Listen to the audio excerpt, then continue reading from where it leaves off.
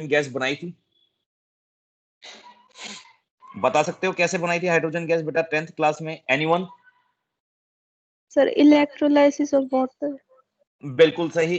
चलो आपने बताया मेरे को, इलेक्ट्रोलाइसिस ऑफ वाटर की बात करते हैं। इलेक्ट्रोलाइसिस ऑफ वाटर, ये आपका चैप्टर नंबर 1 में था 10th क्लास की।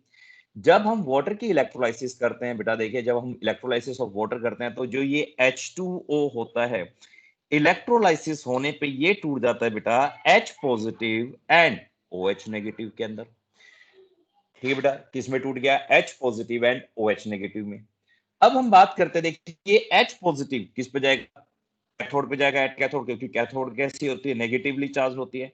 तो ये कैथोड पे जाएगा H पॉजिटिव, और ये H पॉजिटिव एक इलेक्ट्रॉन गेन करके किस में चेंज होगा? हाइड्रोजन में।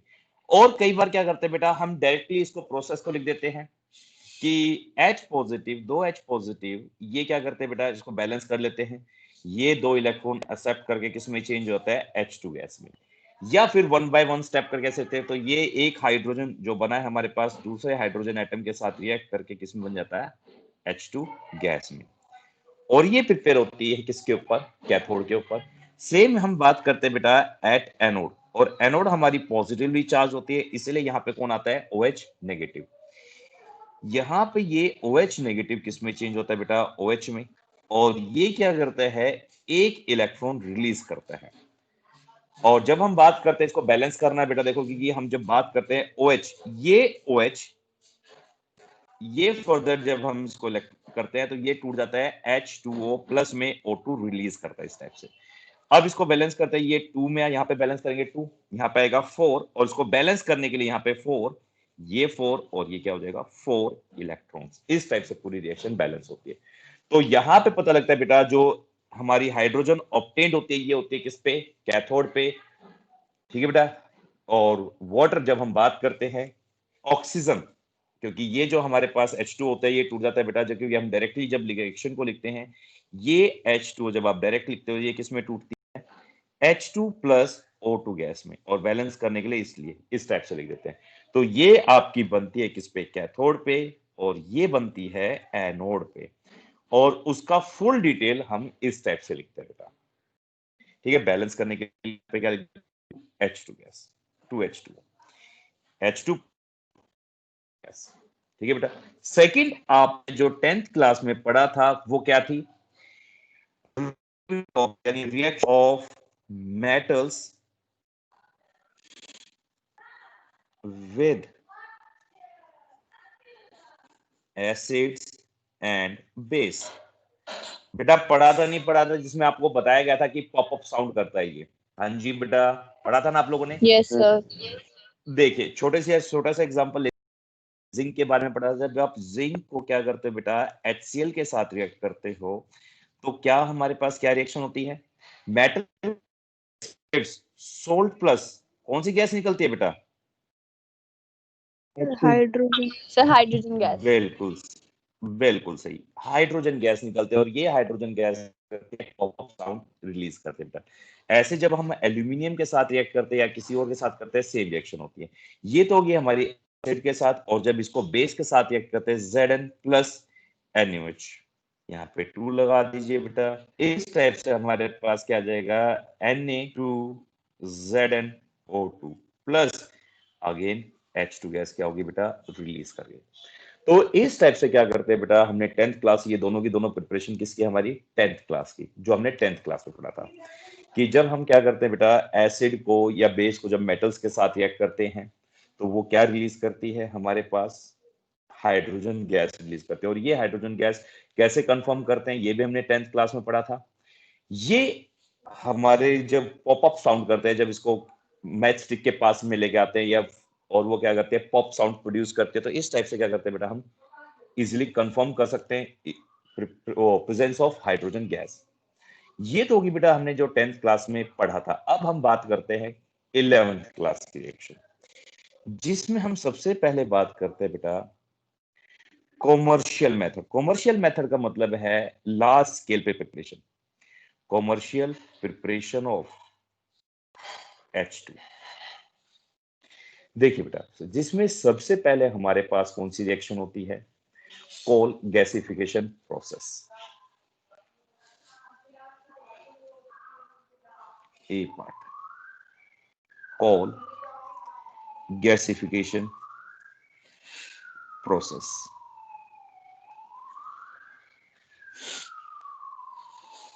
देखिए बेटा, जब हम बात करते हैं किसी भी हाइड्रोकार्बन के ऊपर, जब हम कोई भी स्टीम पास करते हैं इन the presence of nickel catalyst, when steam, steam मतलब, हाँ जी बेटा, स्टीम क्या होती है? फॉर्म, जब हम बात करते हैं H2 की गैस फॉर्म्स में होते हैं तो उसे क्या कहते हैं? स्टीम कहते हैं। When steam is passed over the hydrocarbons, किसके ऊपर पास करते हैं? हाइड्रोकार्बन के ऊपर। और कोयले के ऊपर, कोयले को क्या कहते हैं? कोक कहते हैं बेटा। इन the presence of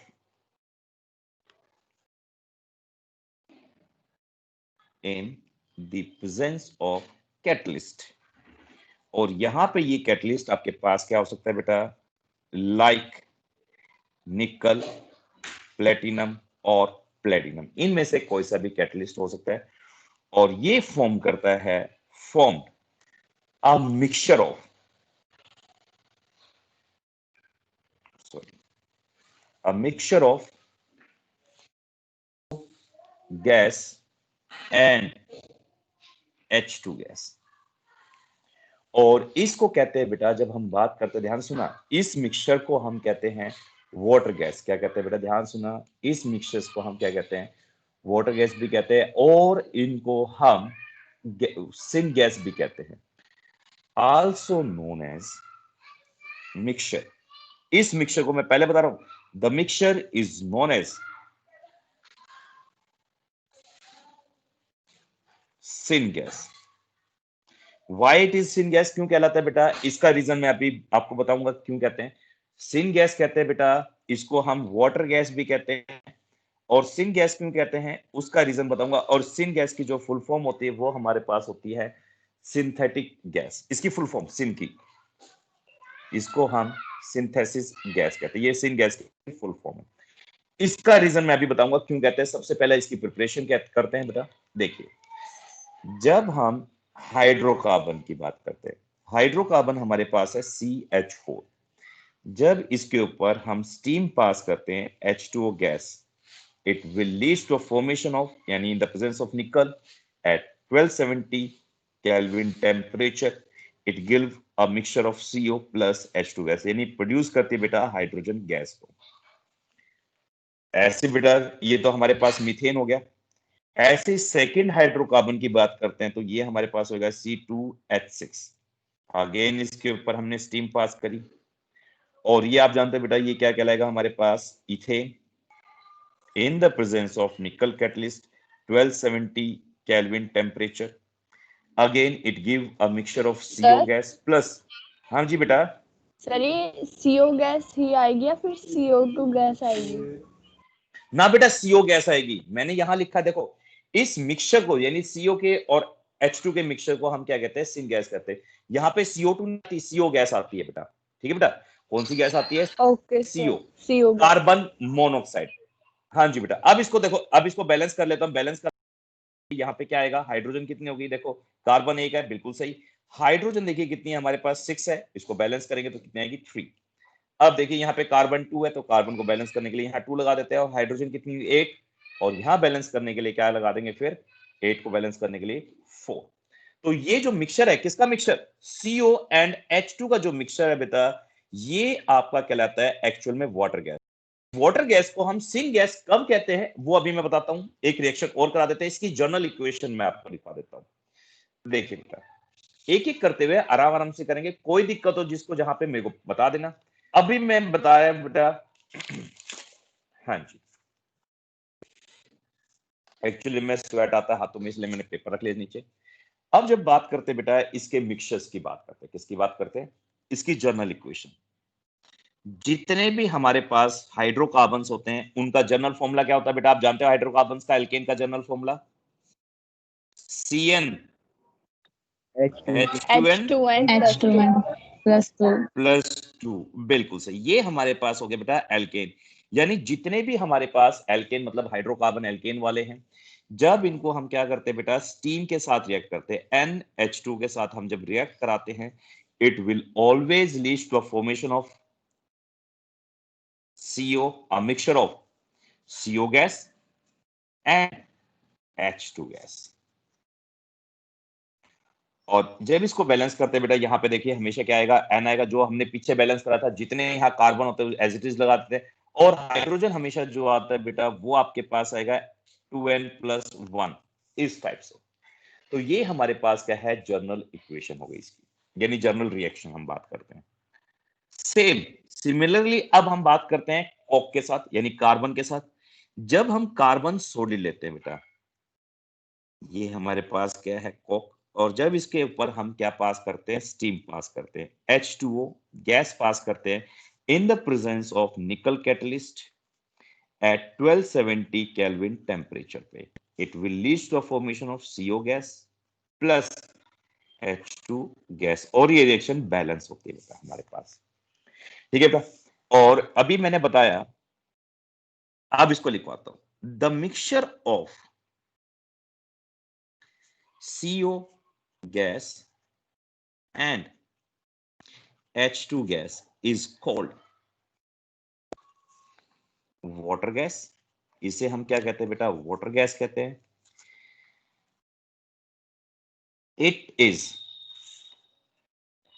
also known as syn gas. Syn की फुल फॉर्म होती है बेटा synthesis gas.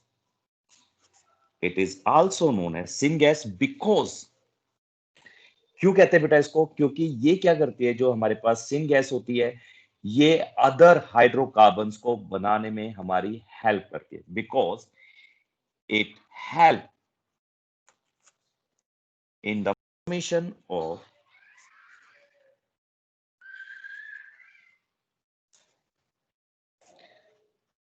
Other organic. Synthesis का मतलब क्या होता है, फॉर्मेशन करना बेटा, organic compound like methanol, methanal,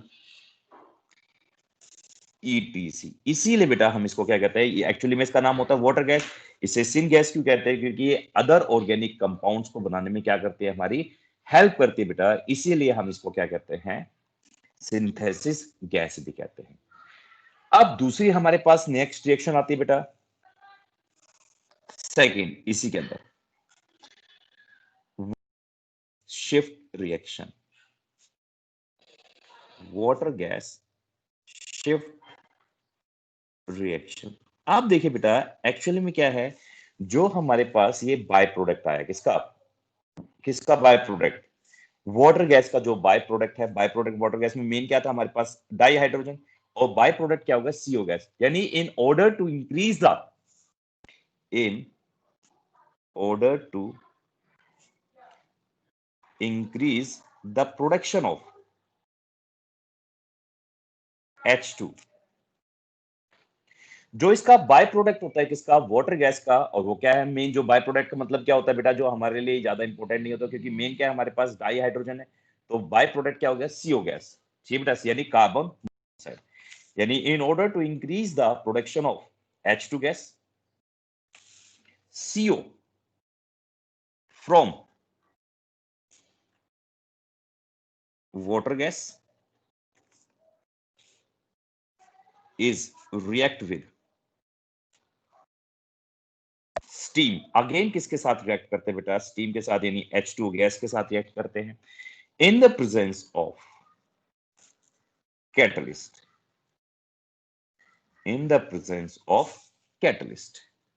अब यहाँ पे जो कैटलिस्ट लिया जाता है बेटा, देखिए इसमें आप निकल भी ले सकते हो और इससे स्ट्रॉन्ग भी ले सकते हैं, जो हमारे पास क्या होता है बेटा, iron chromate. In the presence of catalyst iron chromate to form, again ये क्या करती है बेटा, हाइड्रोजन फॉर्म करती है, to form H2 gas in large quantity. तो जब हम रिएक्ट करते हैं बेटा देखिए CO को, अगेन CO गैस को हमने किसके साथ ट्रीट करा, स्टीम के साथ, यानी H2O गैस के साथ। Now it will lead to the formation of iron chromate FeCrO4, और आप निकल कैटलिस्ट भी ले सकते हैं क्योंकि एनसीईआरटी में बेटा निकल कैटलिस्ट ले रखा है एट 1270 केल्विन टेम्परेचर पे। और जब आप आयरन क्रोमेट लेते हो तो टेम्परेचर लोअर हो जाता है क्योंकि स्ट्रॉन्ग कैटलिस्ट है हमारे पास, रिएक्शन इजीली करा देता है 673 केल्विन टेम्परेचर पे। Now it will give the mixture of CO2 बेटा, अब ये क्या देगा, मिक्सचर देगा किसका, CO2 गैस का प्लस H। नाउ अब इसको क्या कहते हैं, इस रिएक्शन को हमने क्या कहते हैं, जो बाय प्रोडक्ट था किसका, वाटर गैस का, जब उसको आगे शिफ्ट कर देते हैं, उस रिएक्शन को आगे शिफ्ट करते हैं in order to increase the production of H2। Production किसकी इंक्रीज करने के लिए, H2 की प्रोडक्शन इंक्रीज करने के लिए, तो that reaction is called water gas shift reaction. और इस टाइप से बेटा हम क्या करते हैं, वाटर गैस शिफ्ट रिएक्शन की फॉर्मेशन करते हैं। ये समझ में आया बेटा, ये दोनों रिएक्शन बहुत इंपॉर्टेंट है, ये A और ये B। हाँ जी बेटा, नेक्स्ट, क्या आपको 10th क्लास की क्लोरोएल्कली प्रोसेस याद है? हाँ जी बच्चों जल्दी बताओ। Yes sir.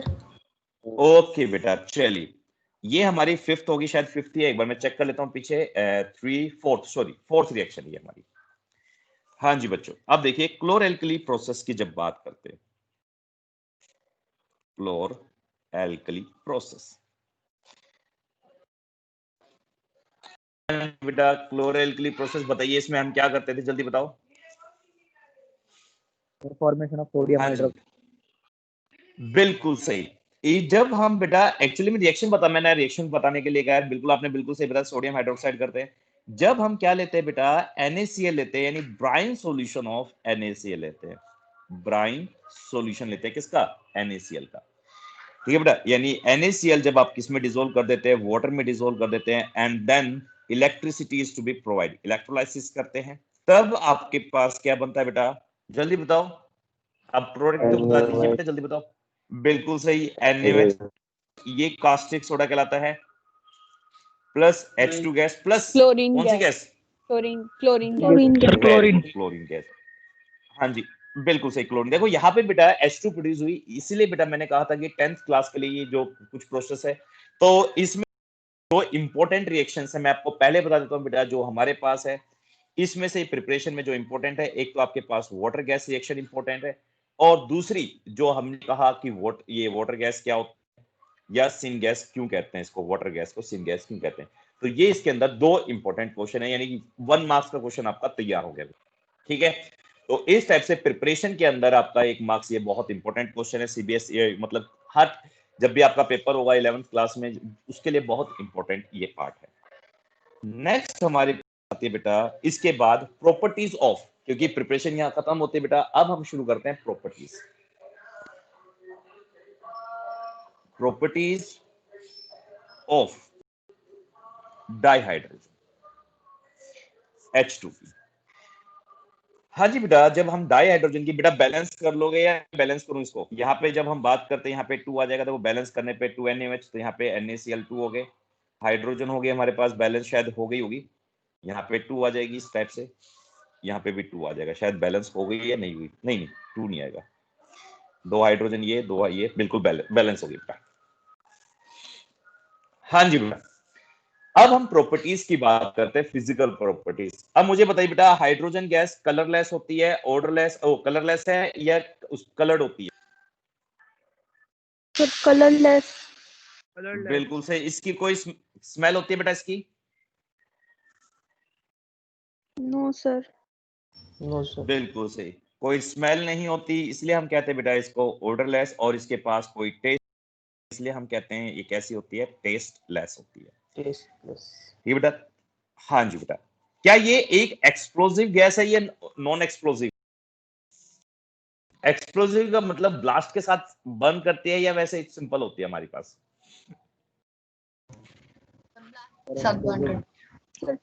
ब्लास्ट करती है, तो ये बेटा बहुत ज्यादा क्या कह सकते हैं, ये बहुत ज्यादा एक्सप्लोसिव इन नेचर होती है, ध्यान सुना, एक्सप्लोसिव होती है बेटा ये। क्या डाई हाइड्रोजन पानी में सोल्यूबल होती है बेटा?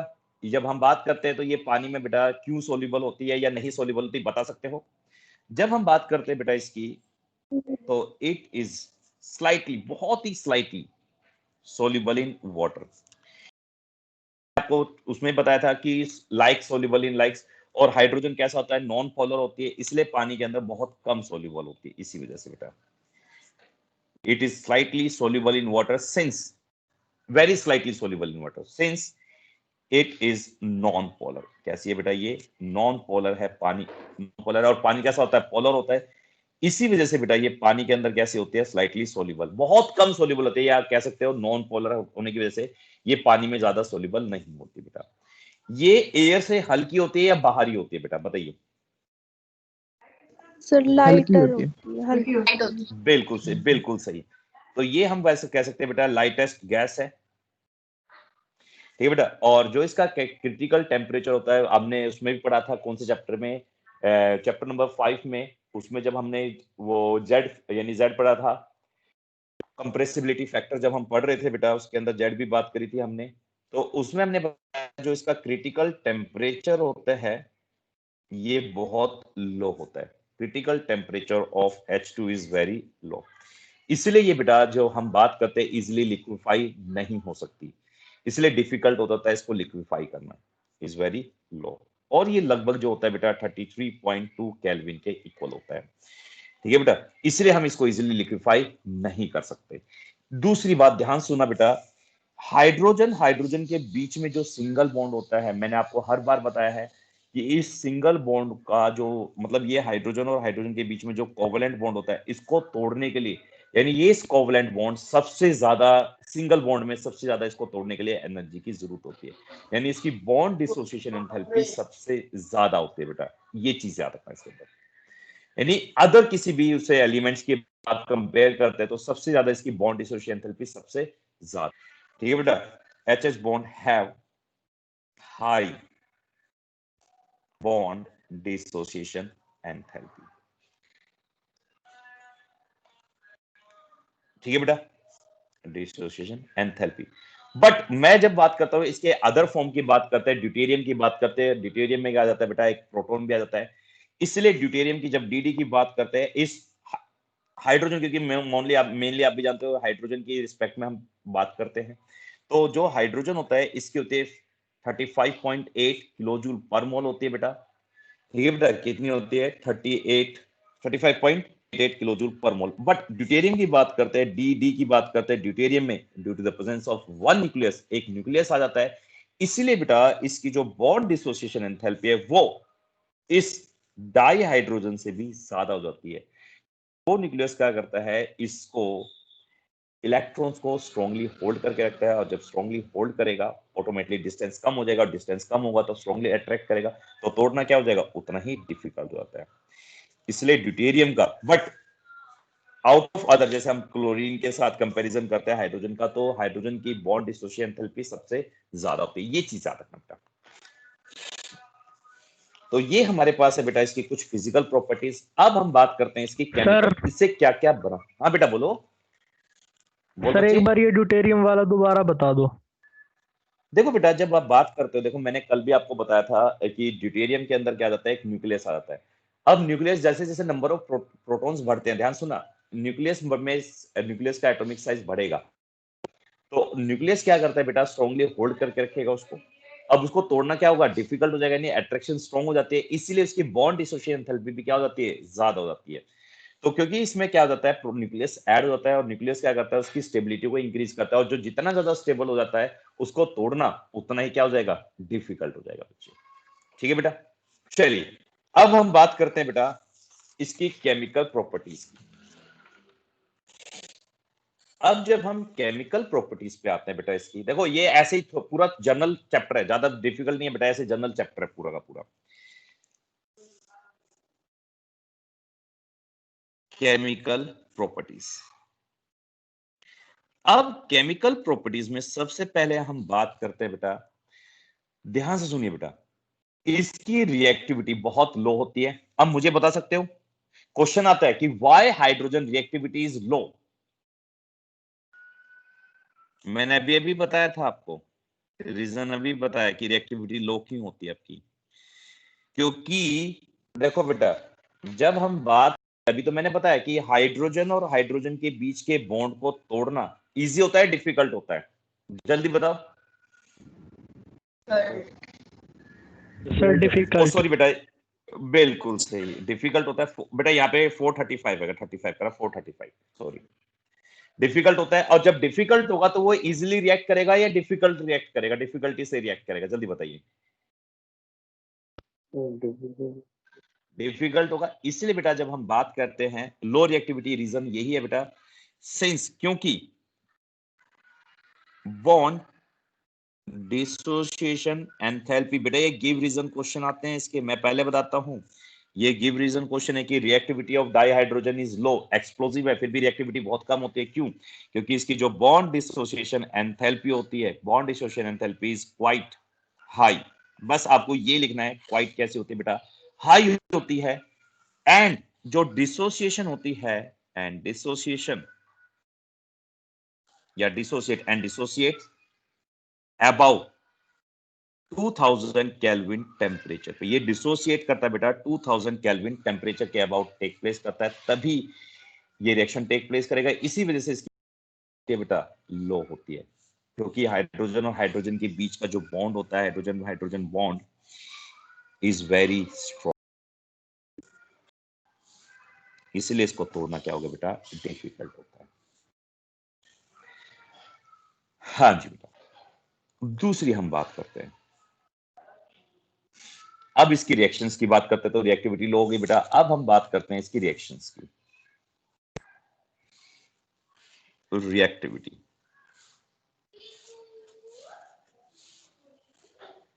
Number 1, with halogens.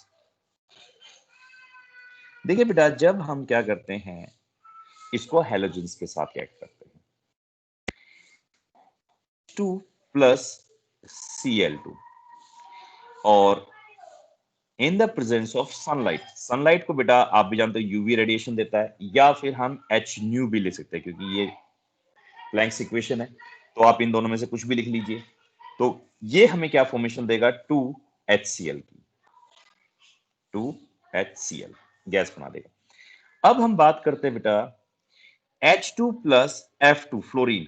हाँ जी बेटा, क्या इस फ्लोरीन के साथ हाइड्रोजन की रिएक्शन के लिए हमें सनलाइट या हीट देने की जरूरत पड़ेगी? नहीं, क्योंकि आप भी जानते हैं बेटा का जो बॉन्ड होता है, बॉन्ड की जब बात करते हैं बेटा, ये इजीली ब्रेक हो जाता है, तो इसको हम जब सनलाइट ना दे, इवन डार्क में रखते हैं, तो ये रिएक्शन क्या कर जाती है, टेक प्लेस कर जाती है। क्योंकि सबसे इजीली तोड़ना किसको इजी है, F2 को तोड़ना बहुत इजी होता है, क्योंकि फ्लोरीन के अंदर हमने पहले भी बात कर, इसके अंदर 3 लोन पेयर होते हैं, और लोन पेयर की वजह से बेटा लोन पेयर में रिपल्शन होती है, इसलिए इसकी बॉन्ड लेंथ क्या हो जाती है, क्वाइट इंक्रीज कर जाती है, इसलिए ये बॉन्ड इजीली टूट जाता है, और जो जितनी जल्दी टूटेगा उतनी जल्दी क्या करेगा, रिएक्ट कर लेगा। तो हमारे पास क्या बन जाएगा, 2HF गैस। अब ब्रोमीन की बात करते हैं, H2 प्लस Br2 गैस की बात करते हैं, तो इसके लिए हमें क्या करना पड़ेगा, इसको हीट करना पड़ेगा, तब जाके हमारा क्या बनेगा, 2HBr गैस। तो ये होगी विद हैलोजेंस के साथ। सेकेंड हम बात करते हैं बेटा विद ऑक्सीजन के साथ, विद डाई ऑक्सीजन यानी O2 के साथ। बेटा ये रिएक्शन बताओ, H2 plus O2, H2 gas plus O2 gas, जब हम इसकी इलेक्ट्रिसिटी प्रोवाइड करेंगे, वेरी गुड बेटा, यानी इलेक्ट्रिसिटी प्रोवाइड कर दिया, इलेक्ट्रोलाइसिस करते हैं, तब हमारे पास बनता है H2O, और ये लिक्विड, और बैलेंस करने के लिए यहाँ पे 2 लगा देते हैं, और यहाँ पे बेटा हीट यहां रखना, हमेशा हीट इवॉल्व होती है इसके अंदर, और हमारे पास 92.6 किलो जूल पर मोल। नेक्स्ट हम बात करते हैं बेटा विद डाई नाइट्रोजन, और ये हमारे पास सेकंड लास्ट है, एक रिएक्शन और कराऊंगा इसके अंदर। हाँ जी बेटा, जब हम डाई नाइट्रोजन के साथ रिएक्ट कराते हैं N2 गैस, और ये रिएक्शन बहुत इंपॉर्टेंट है बेटा 12th पर्पस के लिए, 11th में ज्यादा इंपॉर्टेंट नहीं है। N2 प्लस H2 गैस जब इसको रिएक्ट कराते हैं बेटा, ये फॉर्मेशन करती है अमोनिया की, 2NH3 और इस प्रोसेस को हम कहते हैं बेटा हैबर प्रोसेस। ये 12th क्लास में वापस आएगी आप लोग के लिए, इसलिए मैंने यहाँ पे करा दी। बैलेंस करने के लिए बेटा यहाँ पे 3 लगा देते हैं और यहाँ पे 2NH3 माइनस का 92.6 किलो जूल पर मोल। ओ 2 मोल्स लगा दिए तो मोल नहीं लगा देता, या जूल्स पर मोल लगा दिए, कोई बात नहीं। और इस रिएक्शन को कैरिड आउट करने के लिए बेटा हमें कैटलिस्ट भी डालना पड़ता है, को कैटलिस्ट भी डालना पड़ता है। इसके अंदर हम कैटलिस्ट डालते हैं Fe, सॉलिड कैटलिस्ट होता है, और को कैटलिस्ट हमारे पास होता है Al2O3 and this reaction take place at 673 kelvin temperature and pressure 100 से लेके 200 atm प्रेशर अप्लाई करना पड़ता है, तब जाके ये रिएक्शन प्रोसीड करती है, अदरवाइज नहीं करती बेटा। क्यों नहीं करती, ध्यान से सुनना। ये 12th में रीजन है, क्योंकि नाइट्रोजन नाइट्रोजन के बीच में ट्रिपल बॉन्ड होता है और हाइड्रोजन हाइड्रोजन के बीच में क्या है, सिंगल बॉन्ड। और ये बॉन्ड्स क्या होते हैं, बहुत स्टेबल बॉन्ड्स होते हैं एज कंपेयर टू अमोनिया। तो इसीलिए बेटा इस रिएक्शन को फॉरवर्ड ले जाने, यानी इस डायरेक्शन में ले जाने के लिए इतनी चीजें डालनी पड़ती है, क्योंकि ये पहले बहुत ज्यादा स्टेबल होते हैं एज कंपेयर टू अमोनिया। और जो पहले ज्यादा स्टेबल होगा और बाद में अनस्टेबल हो जाएगा, तो उसको प्रोडक्ट में ले जाना क्या होता है, क्वाइट डिफिकल्ट होता है बेटा, इसीलिए। हाँ जी बेटा, तो ये हमारे पास हो गई रिएक्शंस। अब हम बात करते हैं, ये आपने 10th क्लास में भी पढ़ा था, ध्यान सुना बेटा, हाइड्रोजिनेशन प्रोसेस। हाइड्रोजिनेशन की बात करते हैं तो ये कहलाता है बेटा एडिशन ऑफ हाइड्रोजन। देखिए किस टाइप से बेटा, CH2 डबल बॉन्ड CH2, जब इसको H2 ऐड करते हैं इन the presence of nickel catalyst, तो क्या बनता था बेटा, याद है रिएक्शन, तो एक हाइड्रोजन इसके साथ और एक हाइड्रोजन, तो डबल बॉन्ड आपका किस में चेंज होता है, सिंगल बॉन्ड में। ये आपने 10th क्लास में रिएक्शन पढ़ी थी, तो ये हमारे पास बन गया इथेन। किससे, ऐसे बेटा जब आपने ट्रिपल बॉन्ड पढ़ा CH, ट्रिपल बॉन्ड CH, जब इसकी हाइड्रोजिनेशन करते हैं, यानी addition of hydrogen in the presence of nickel catalyst, तो ये डबल बॉन्ड में चेंज होगा, CH2 डबल बॉन्ड CH2, और फिर इसकी दोबारा से H2 डालते हैं इन the presence of nickel catalyst, तब ये किस में चेंज होगा, सिंगल बॉन्ड में, CH3 सिंगल बॉन्ड CH3। तो ये इथाइन से सबसे पहले कन्वर्ट हुआ इथीन में, फिर ये कन्वर्ट हो गया इथेन के। तो ये हमारे पास रिएक्शन है किसकी बेटा, यानी chemical properties of, chemical properties किसकी बेटा, डाई हाइड्रोजन की। हाँ जी बेटा, तो इस टाइप से बेटा हम डाई हाइड्रोजन की बात करते हैं। अब नेक्स्ट सुनिए, हमारे पास जो इंपॉर्टेंट टॉपिक आता है, हाँ जी बेटा, हाँ बेटा, जहां किसी को डिफिकल्टी आए प्लीज मेरे से पूछ लेना, और कुछ नहीं समझ में आता वो भी बता देना बेटा। अब हम बात करते हैं बेटा हाइड्राइड्स की, ध्यान से सुना, ब्लैक पेन कहां गया, हाँ जी गया। देखिए बेटा, जब हम बात करते हैं हाइड्राइड्स की, हाइड्राइड्स होते क्या हैं बेटा, जब हम बात करते हैं हाइड्रोजन, जब पूरी पीरियोडिक टेबल मतलब सारे एलिमेंट्स के साथ जब रिएक्ट करता है, तो वो क्या करता है, फॉर्मेशन करता है बेटा हाइड्राइड्स। तो जी सिंपल सी हाइड्राइड्स की जब डेफिनेशन लिखते हैं, तो यहां लिख देता हूं, hydrides are the binary compounds of H2 with almost all elements of periodic table, यानी पीरियोडिक टेबल के हर एलिमेंट के साथ जब वो रिएक्ट करता है बेटा, वो फॉर्मेशन करता है पीरियोडिक टेबल, किसकी, हाइड्राइड्स की फॉर्मेशन करता है, बस एक को छोड़ के, except noble gases, except noble gases. ठीक है बेटा, अब ध्यान सुना, देखिए हम बात करते हैं, जो हमारे पास पीरियोडिक टेबल है, ये 3 पार्ट्स में हमारे पास डिवाइड होती है। कौन कौन से में, एस ब्लॉक एलिमेंट्स में, एस ब्लॉक एलिमेंट्स। दूसरी किस में होती है बेटा, जल्दी बताओ जल्दी बताओ, अरे बच्चों बता दो भाई, किस में होते हैं भाई, बताते नहीं हो आप लोग भी। पी ब्लॉक एलिमेंट्स भूल गए सारे के सारे, डी ब्लॉक और बिल्कुल सही, D D block block elements. Elements. बिल्कुल बच्चे, डी ब्लॉक एलिमेंट्स। और एफ इसने लिखते बेटा क्योंकि वो भी किसका पार्ट है, वो भी इनर ट्रांजिशन एलिमेंट्स यानी डी ऑर्बिटल्स का ही पार्ट होते हैं, इसलिए उसके अंदर लिखते हैं। अब देखो बेटा, जब भी हम बात करते हैं बेटा ध्यान से सुनना, जब कोई भी एस ब्लॉक एलिमेंट्स के साथ रिएक्ट करता है, ये एस ब्लॉक में आप भी जानते हो हमारे पास दो आते हैं, एक आता है एल्कली मेटल्स और दूसरे कौन से आते हैं, एल्कली मेटल्स एंड दूसरे कौन से होते हैं, एल्कलाइन अर्थ मेटल्स। और बेटा जब इनके साथ नॉन मेटल्स रिएक्ट करते हैं तो कौन से टाइप्स के कंपाउंड्स बनते हैं, कोवेलेंट कंपाउंड्स, आयनिक कंपाउंड्स या मेटेलिक कंपाउंड्स? Ionic compound. बिल्कुल सही, ध्यान से सुनना बेटा, जब हमारा डाई हाइड्रोजन, ध्यान सुना, डाई हाइड्रोजन यहाँ पे H2 की बात करता है, जब ये di hydrogen S block elements के साथ रिएक्ट करता है तब ये फॉर्म करता है हमारे पास आयनिक हाइड्राइड्स, इसकी फॉर्मेशन करता है आयनिक हाइड्राइड्स। और इनको हम बेटा, और दूसरा नाम क्या होता है, स्लाइन हाइड्राइड्स भी कहते हैं। स्लाइन को वर्ड्स को मैं एक्सप्लेन करूंगा या फिर यहीं लिख देता हूं, सॉल्ट, इसको बाद में एक्सप्लेन कर देंगे, सॉल्ट लाइक हाइड्राइड्स।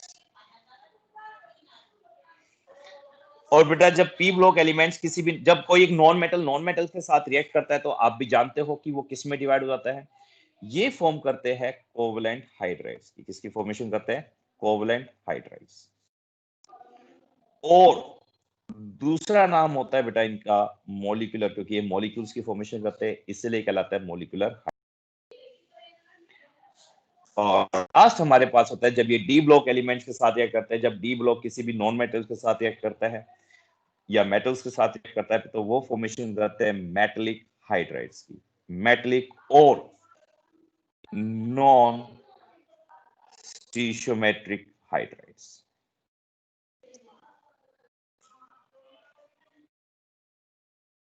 चलिए बेटा फिर एक एक करते हुए हम एक्सप्लेन करते हैं। आज जो करेंगे बेटा, जो हम आज एक्सप्लेन करेंगे वो सिर्फ करेंगे एस ब्लॉक एलिमेंट्स को एक्सप्लेन करेंगे। कल हम पी ब्लॉक और डी, मतलब नेक्स्ट वीक मंडे को पी ब्लॉक और डी ब्लॉक का एक्सप्लेन करेंगे, प्लस जो पार्ट है वो आगे करेंगे। तो शुरू करते बेटा, सबसे पहले हम एस ब्लॉक एलिमेंट्स के बारे में। एस ब्लॉक एलिमेंट्स देखिए बेटा, इसको शॉर्ट में लिखना शुरू करते हैं। जब हमारे पास जो डाई हाइड्रोजन होता है H2 रिएक्ट्स करता है, रिएक्ट्स विद ग्रुप फर्स्ट, और ग्रुप फर्स्ट को क्या कहते हैं बेटा, हम एल्कली मेटल्स कहते हैं, क्या कहते हैं, एल्कली मेटल्स। और ग्रुप सेकंड को हम कहते हैं एल्कलाइन अर्थ मेटल्स। और ये दोनों के दोनों कैसे होते हैं बेटा, इलेक्ट्रोपॉजिटिव एलिमेंट्स होते हैं। जब इस इलेक्ट्रोपॉजिटिव एलिमेंट्स के साथ क्या करता है बेटा, रिएक्ट करता है, फॉर्म करता है बेटा, reacts with group first and group second elements, forms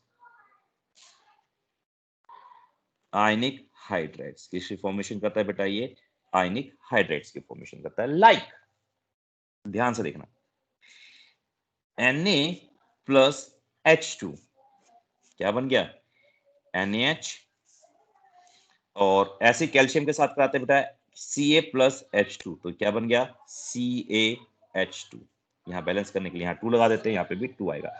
अब देखिए बेटा, इनको हम स्लाइन हाइड्राइड्स भी कहते हैं, ठीक है बेटा। और ध्यान से सुनना, इनको स्लाइन हाइड्राइड्स क्यों कहते हैं, ये स्लाइन लिखा हुआ क्योंकि देखिए बेटा, जब हम ध्यान से सुना, जब Na को जब Cl के साथ रिएक्ट करते हैं, Cl2 के साथ क्या रिएक्ट करते हैं तो क्या बन जाता है, NaCl। और इसको हम क्या कहते हैं, सोल्ट कहते हैं। इसका स्ट्रक्चर और इसका स्ट्रक्चर देखो सेम है, बट और क्योंकि हाइड्रोजन अगेन हम बात करते हैं किससे बिलोंग करता है, ग्रुप 17 के साथ बिलोंग करता है, तो इसकी जो प्रॉपर्टीज है वो सोल्ट की तरह दिखाई देती है, स्ट्रक्चर्स भी सोल्ट की तरह है। That's why they are known as saline hydrides, ठीक है बेटा। यहां लिखता हूं, ionic hydrides are of crystalline, ये क्रिस्टल मतलब सोल्ट की तरह होते हैं बेटा, are crystalline nature, having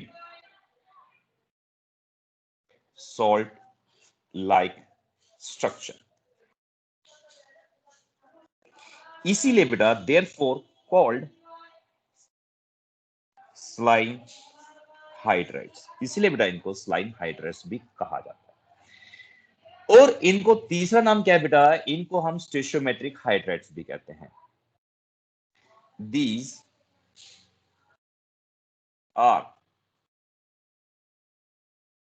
स्टेशियोमेट्रिक in nature.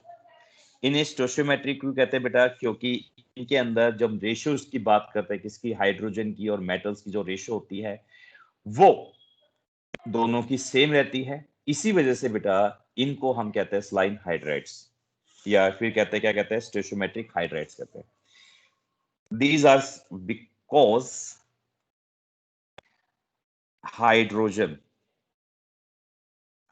And metals are combined in same ratio.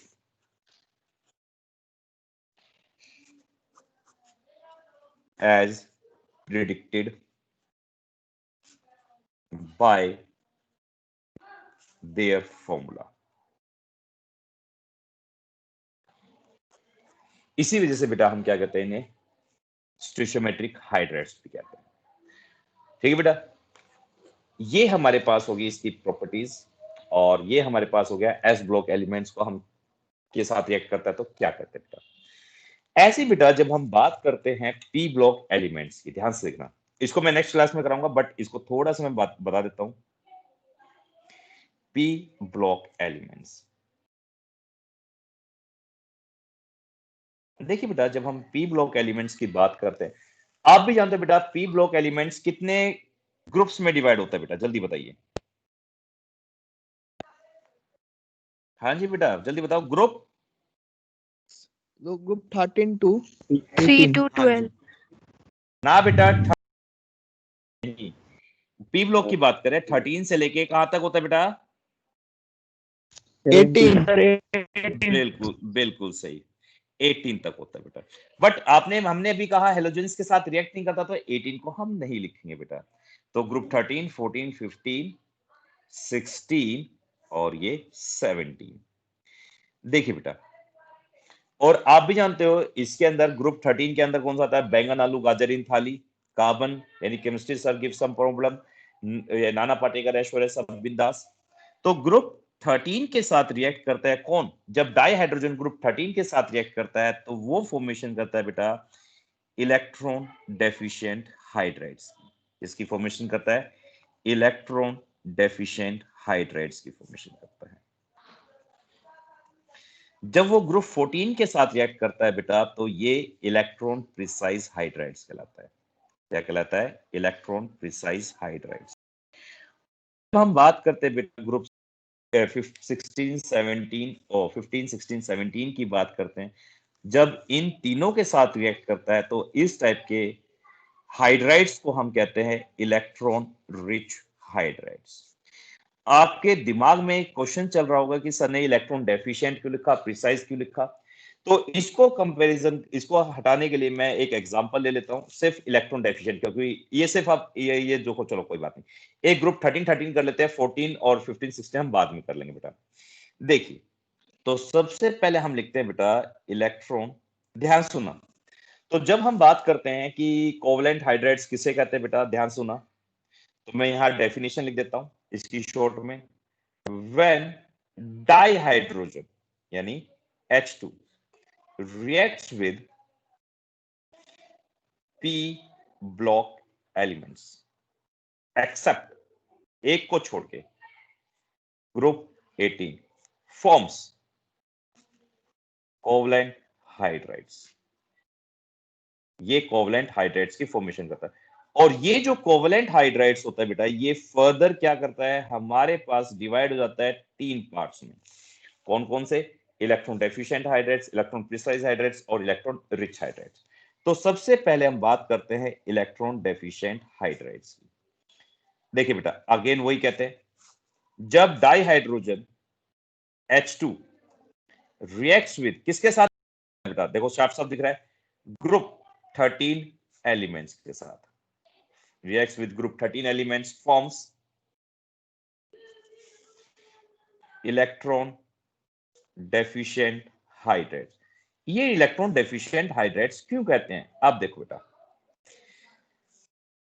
अब हम जानते हैं बेटा एल्यूमिनियम के आउटर मोस्ट शेल में कितने इलेक्ट्रॉन होते हैं? 3। और देखो, क्योंकि ग्रुप 13 के जो मेंबर्स होते हैं आप भी जानते हो कौन कौन से होते हैं, बैंगन, आलू, गाजर, इन, थैल, ये सारे ग्रुप 13 एलिमेंट्स हैं, ठीक है बेटा। और हाइड्रोजन के आउटर मोस्ट शेल में कितने होते हैं? 1 होता है हाइड्रोजन के। इस टाइप से हाइड्रोजन तो अपने 1 इलेक्ट्रॉन ले लिया, इसने भी 1 इलेक्ट्रॉन ले लिया और इसने भी 1 इलेक्ट्रॉन ले लिया। और यहाँ पे इस एल्यूमिनियम के पास आउटर मोस्ट शेल में कितने आ गए बेटा? बता सकते हो कितने आ गए एल्यूमिनियम के आउटर मोस्ट शेल में? सर हाँ जी बेटा, 6। क्या बिल्कुल सही। क्या इसके ऑक्टेट कंप्लीट हुए? No sir. बिल्कुल। तो ऑक्टेट कंप्लीट नहीं हुए तो इलेक्ट्रॉन क्या हो गए? कम हो गए। और जब इलेक्ट्रॉन कम है तो ऐसी स्पीशीज को क्या कहते हैं? Electron deficient hydrates. तो ये अपने आप को ये क्या हुआ बेटा? अनस्टेबल हो गया। इसी वजह से ये खुद को स्टेबलाइज करने के लिए क्या करते हैं? डाइमर फॉर्मेशन करते हैं। डाई मतलब 2। इस टाइप से बेटा जब ये इलेक्ट्रॉन डेफिशिएंट हाइड्रेट्स होते हैं, एग्जांपल हमारे पास हो गया AlH3, ऐसे BH3, इस टाइप से क्या करते हैं बेटा? हाइड्रेट्स की फॉर्मेशन करते हैं। 4, getting stability. For getting stability. तो ये क्या करते हैं बेटा? डाइमर फॉर्म करते हैं। Forms dimer. डाई मतलब क्या होता है? 2। मर मतलब क्या होता है? यूनिट। आपस में 2 यूनिट आपस में कनेक्ट होती है। इस टाइप से Al2H6 बनाता है, B2H6। ये डाइमर की फॉर्म में क्या करते हैं? एग्जिस्ट करते हैं। और जो भी बेटा इलेक्ट्रॉन डेफिशिएंट हाइड्राइड्स होते हैं, इनको हम क्या कहते हैं? क्योंकि इलेक्ट्रॉन डेफिशिएंट है तो ये क्या करेंगे? इलेक्ट्रॉन एक्सेप्ट करते हैं। और जो इलेक्ट्रॉन एक्सेप्ट करते हैं उन्हें हम लुईस एसिड्स कहते हैं बेटा। क्या कहते हैं? लुईस एसिड्स कहते हैं। तो ये सारी स्पीशीज क्या कहलाते हैं? लुईस एसिड की तरह बिहेव करती है। समझ में आया बेटा why they are electron deficient species? हाँ जी बेटा समझ में आया। तो आज के लिए हम इतना ही करेंगे, इससे ज्यादा नहीं करेंगे बेटा, क्योंकि फिर ओवर